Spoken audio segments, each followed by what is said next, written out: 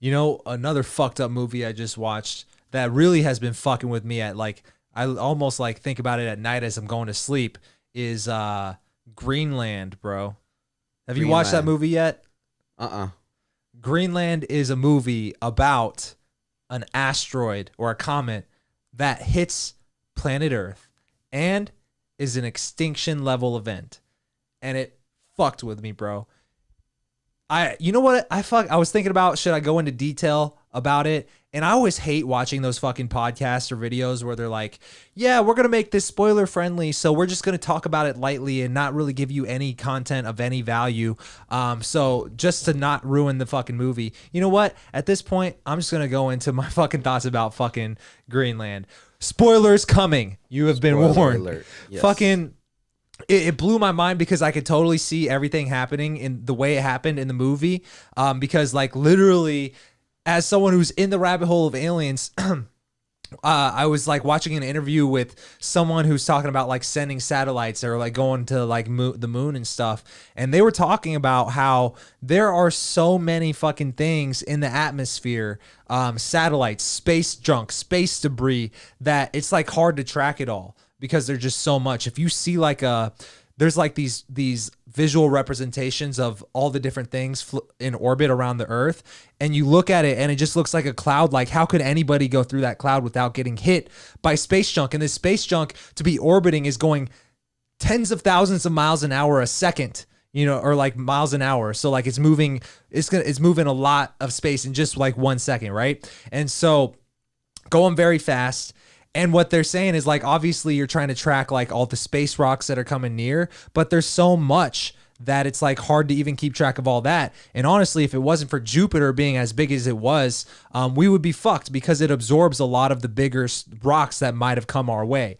And so anyways, it's a really tricky situation. Well, anyways, in the movie, they found this comet that's huge in our solar system that's coming towards Earth, but they're saying on the news it's not going to hit us, but it'll be close enough to where you can see it in the day. So keep an eye out. And people are building it up to be some exciting event. But they didn't see it until like 3 weeks before. And that's very realistic from what my understanding of how it is, right? And so anyways, it starts not like, obviously the trajectory is not to hit Earth in the movie, but then as it gets closer to us, the sun heats up like little pockets of like water and air and gas inside, and it just starts shooting out of the comet, and it changes the trajectory to where now it's coming a little bit towards, and they're like, okay, we're going to get a little bit of debris, but the main majority of it's going to pass us. And then slowly as time goes on, you start to realize the news doesn't know what the fuck is going to happen, right? And they're actually like live streaming this rock. They're like, it's going to hit the ocean. We're going to show you on video. It's going to be an amazing thing, but it's not going to affect anybody on land. It's so far on the ocean. Anyways, it comes down and everybody's waiting for the splash on the news, and it doesn't happen. And then they feel a shockwave like hit them like a minute later, and they're like, holy shit, it just took out half of Florida. And then just shit starts hitting the fan, and movie gets wild from there, you know. But because it's so realistic and I can see it all going down that way, it just fucked with me. And if you think about it, like the whole movie's about how the government, the president, saved a few essential people, a few essential workers, and everybody knew who those people were because they were the only ones who had like a certain wristband to get into the military bases, and you know where they're going. So if the entire world knows that only a select handful of people are getting chosen to be saved, and you know that if you don't get saved, you're going to die because humans are going extinct, confirmed, and you have 48 hours to live, what can you do other than break out into chaos? Like, that is the ultimate just like fear. That's even worse than zombies, because zombies, you can meet a hot girl, make some babies, and then live in a world of zombies and function, you know? But here you are going to go extinct. There's like no softball pitch for that. Yeah. What would you do? Would you just start partying? No, fuck no. I'd try to survive. I don't know how, but yeah, I definitely wouldn't just start partying. Fuck that shit, dude. It reminds me of I saw the trailer and it reminded me of, you ever watched the movie 2012 with Nicolas Cage? I did not. It kind of reminded me of that, but better. Yeah? Yeah, 2012.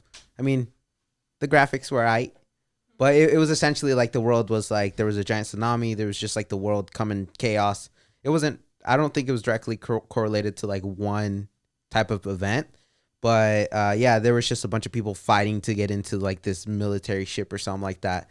That is gonna only the elites are able to get into. Trying to get to a base in Netherlands, I think. Yeah, There's like this base in the mountain. that would protect them.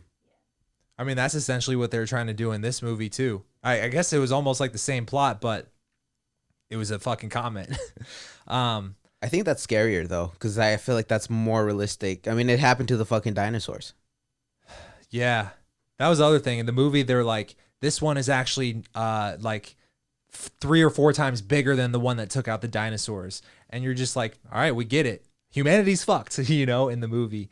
I've never had so much anxiety watching a movie. You were just sitting through the whole thing. Yeah, I was like freaking out. I was like, Kate, we need to take mental notes of what not to do, What blew my mind is like fucking, well, you know what? I was thinking about it today and I thought to myself, maybe there's something a little bit blissful about the fact that when you go out, it's not like things are going to go on without you. So you're not going to like get FOMO, which is what a lot of people get. Is like, I don't want to die. There's so much more that I could have done, But here, even if you lived, there's not a lot that you're going to be able to do. So I feel like a lot of people would just kind of almost be in a way more blissful and accepting, you would think. Or maybe not. Maybe I'm just kind of like, no, all chaos crazy. breaks loose. People are going to be having breakfast at 10 p.m. It's all going to just go to shit. You would hope the aliens come in and save us if that's about to happen, right? Unless they're the ones attacking.